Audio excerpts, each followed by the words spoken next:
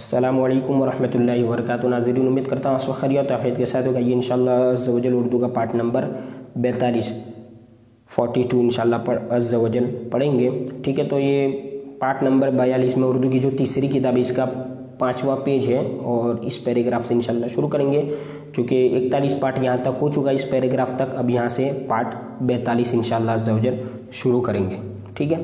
اس سے پہلے کی ویڈیوز یا اس سے پہلے کی جو کتابیں آپ ڈاؤن لوڈ کرنا چاہتے ہیں یا پارٹ دیکھنا چاہتے ہیں تو ویڈیو کا ٹائٹل میں آپ کلک کریں گے تو نیچے ڈسکرپشن باکس میں آپ کو تمام سبق کی لنک بھی مل جائے گی۔ تینوں کتابیں، کل 5 کتابیں اردو کی، وہ سب آپ وہاں سے ڈاؤن لوڈ کر سکتا ہے۔ یہ شروع کرتے ہیں، بسم اللہ الرحمن الرحیم۔ عبادت کا حقدار۔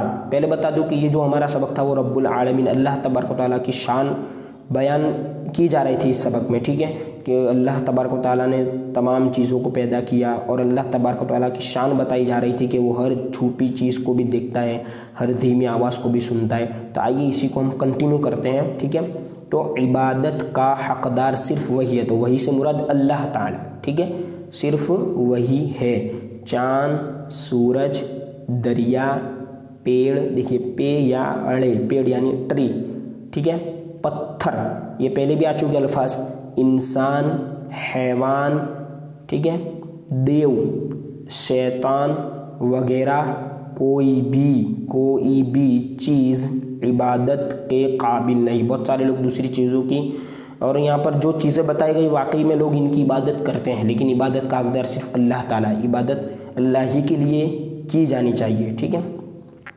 تو یہاں پر بتا دیا گیا کہ چیز عبادت کے قابل نہیں، وہ اچھے کام سے خوش ہوتا ہے اور برے، ٹھیک ہے، کام سے ناراض، نون الف رو الف نارا اور دود، ٹھیک ہے، تو اردو میں زود پڑھیں گے، ناراض رہتا ہے۔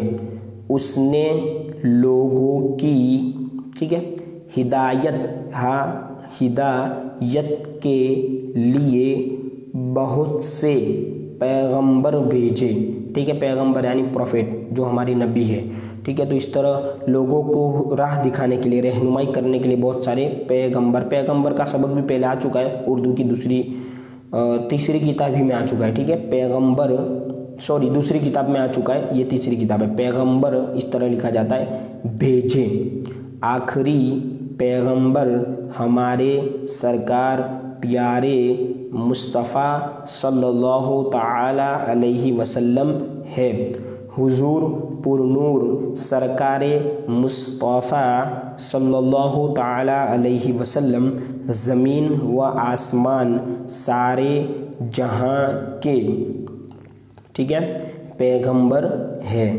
حضور نے اور زود، حضور نے صرف اللہ تعالی کی عبادت کی ہے، ہم بھی صرف اللہ تعالی ہی کی عبادت کریں گے۔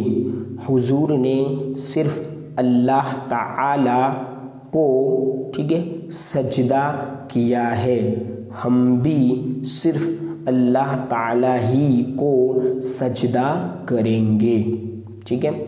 ہم یعنی ہمارے سب کی بات ہو رہی ہے، ٹھیک ہے، ہم چاند، سورج، پیڑ، ندی، بت یعنی جو پتھر ہوتے ہیں نا، پتھر کی جو مورتیاں ہوتی ہیں ان کو بت کہتے ہیں، بت، ٹھیک ہے، جو لوگ پوچھتے ہیں غیر مسلم، پتھر، جانور، تصویر، قبر، استاد اور پیر وغیرہ کو ہرگز سجدہ نہیں کر سکتے، بے شک، ٹھیک ہے، سجدہ صرف اللہ ہی کے لیے ہے نا، عبادت کا حقدار وہی ہے، عبادت کے لائق وہی ہے، اس کے علاوہ کوئی اور عبادت کے حقدار نہیں ہے، اسی کے لیے ہمیں سجدہ کرنا ہے۔ جتنی بھی چیزیں بتائی گئی، ٹھیک ہے، سجدہ نہیں کر سکتے۔